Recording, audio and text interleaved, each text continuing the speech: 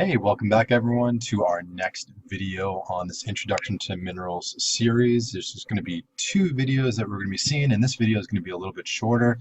We're going to continue talking about properties of minerals specifically.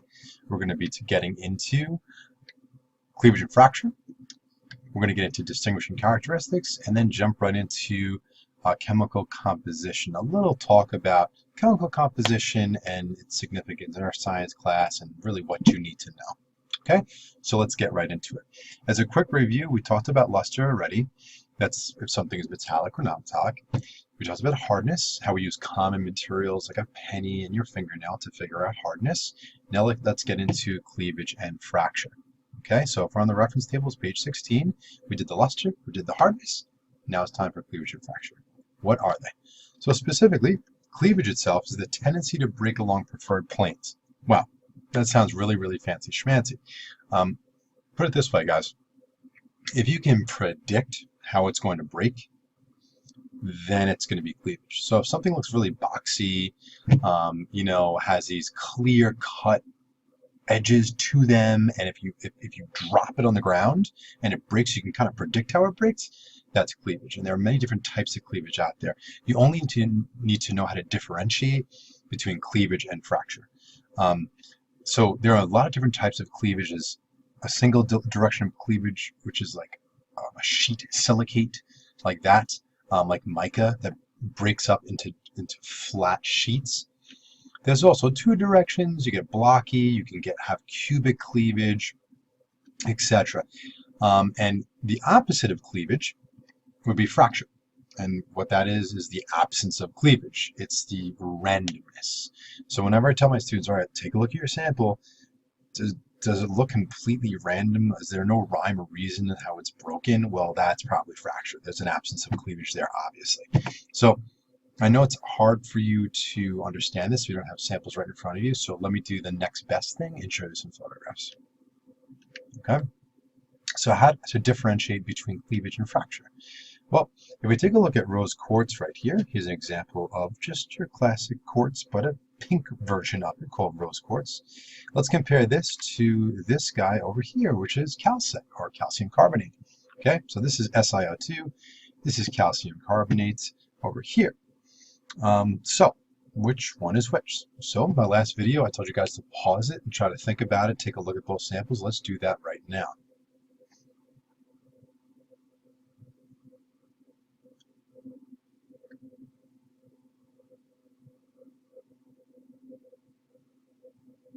All right, if we look at these, if I take a look at the quartz, it's kind of difficult to determine what's going on there. It looks amorphous. It looks quite random. So what do you think that is, guys? The answer is fracture. All right, the calcite over here, it really does look like there's some rhyme or reason there. Definitely it's going to break up into like these rhombuses, all right? And it cleaves in a predictable way, all right? So this is your classic example of cleavage right here, which would be calcite, all right? So with that being said, let's take a look at some distinguishing characteristics, okay? More different, I guess, physical diagrams here that you can take a look at. Here's the sheet silicate I was talking to you guys about there. Okay. Here's an example of cubic cleavage there. All right. Distinguishing characteristics. The first, guys, is going to be streak. So some students do this in 8th grade or in physical science. You'll actually do a streak test with a mineral. And all this is the color trail that's left behind when you scratch a mineral on a ceramic black plate or a white plate. So you pick up your sample, and then you have your plate here at the table, and you just streak it right across. Did it leave a residue? Did it not leave a residue? And then you write down the color. Okay? Looks like this. In this case, guys, I can tell already what this is. Well, maybe you could too. All right? So here's your streak plate, and this is leaving like a brownish, reddish streak. And both of these samples are doing that. And they do look quite different. This looks metallic. This looks kind of non-metallic, but their streak is the same exact color. This must be a particular mineral. Let's escape out of this. and let's go to the reference tables right here. And I look at distinguishing characteristics. And if I go down this way, okay, well, this specific one here looks like, here we go, red to black. So I see green to black, black streak. What else is there? Gray black streak, red brown streak over here. This must be hematite. There we go. All right, it's the same mineral, guys, that you see on Mars. That's what makes Mars red. Okay. All right, cool. So that's the first thing you can do. A lot of minerals are so hard though that they're just not going to leave a streak at all. So you would just say colorless or no streak. Okay. Sulfur leaves that characteristic yellow streak. That if it leaves yellow for a science class, it's going to be sulfur. All right, next two is going to be feel, just the way the mineral feels when rubbed. And for instance, talc or graphite has that greasy feel to it or silky feel to it. Then there's also odor, how it smells. The vast majority of minerals will be odorless, or you're not going to smell a darn thing. However, sulfur smells like rotten eggs. So if you smell that and it's yellow, it's going to be sulfur. Okay. Also, you can taste the mineral. Do not do that. I repeat, do not taste the mineral. Only Mr. Cloud is crazy enough to do that. Well, that's a good way to figure out the difference between halite and calcite, but hey, who's kidding? All right, here we go. All right, lastly, color.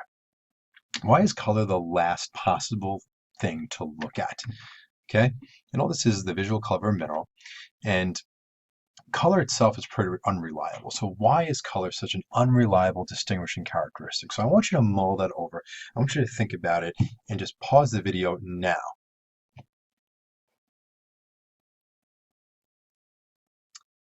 All right, we're back. Why is color such an unreliable characteristic? Well, let me give you a couple examples, meaning photographs, and maybe you can figure it out. Oh, interesting. We have a white mineral here. If you remember from before, it's the same one. That's calcite. Over here, looking like quartz, I think. And over here, well, maybe that's calcite too. Oh, wait a second, that's not calcite. Is it calcite? Well, is it? Guys, these are all the same color. But you know what? They are all different minerals, as a matter of fact. All of them are different. Okay, to the left is calcite. We have quartz here, and this is halite. So these are all the same color. So obviously, guys, color is not the best characteristics because so many minerals have the same darn color. Okay. On top of that, guys, you saw the hematite before. It can be metallic, but if it's rusted or if it's exposed to water and oxidizes, its color will change. So weathering, chemical weathering can change the color of a mineral too. So this is by far the last thing that you're going to do when you're trying to figure out what the mineral possibly is. Okay, so that pretty much wraps up distinguishing characteristics here. Let's talk about chemical composition as the final thing that we get into today. Okay, so let's get into some specifics here. Down here, guys, we have the periodic table of elements. You don't need to know a whole lot about every single element out there. Just know, guys, that minerals themselves are composed of 2 or more elements, but there's always something that breaks the rule, like graphite and diamond, which is primarily just carbon, and also sulfur is primarily just sulfur. But for the most part, most minerals are 2 or more elements. Okay, on the periodic table down here, 87 of they're naturally occurring, 87 elements on Earth, and that gives you a tremendous amount of combinations that you can have. So how many minerals do you think are on the planet? Well, in the reference tables, we only have a dozen or so, maybe a little bit more, but on Earth, there are actually 4,000 naturally occurring minerals on the planet. There are 10 elements that make up 99% of the Earth's crust, however. So we said 87 naturally occurring, but about 10 of them make up 99% of the actual crust itself here. And this is from page 1 of the reference tables, guys. This is the average chemical composition of Earth's crust, hydrosphere and lithosphere on page 1. If we look at the crust here, look at the 2 big ones, oxygen, silicon, and everything else, guys. So oxygen and silicon make up 70% of the crust by mass and 95% by volume. So you can imagine, guys, that most minerals are what we call silicates. And silicates are minerals that are composed of and contain silicon and oxygen. Now, there are all different types of silicates out there, but the main building block of silicates is this building block here. It's called the silicon oxygen tetrahedron, and it kind of shows you how silicon is attached to oxygen, to oxygens all the way around in this diagram here that we see. Okay, now silicates could be multiple varieties. They could be there could be sheet silicates, orthosilicates, all different types. But for earth science, for our purposes here, and again, this is not a mineralogy class, here's the essential point up here. The physical appearance of minerals is determined by their atomic arrangement of atoms. So how these atoms are kind of built and how the lattices are built together, okay?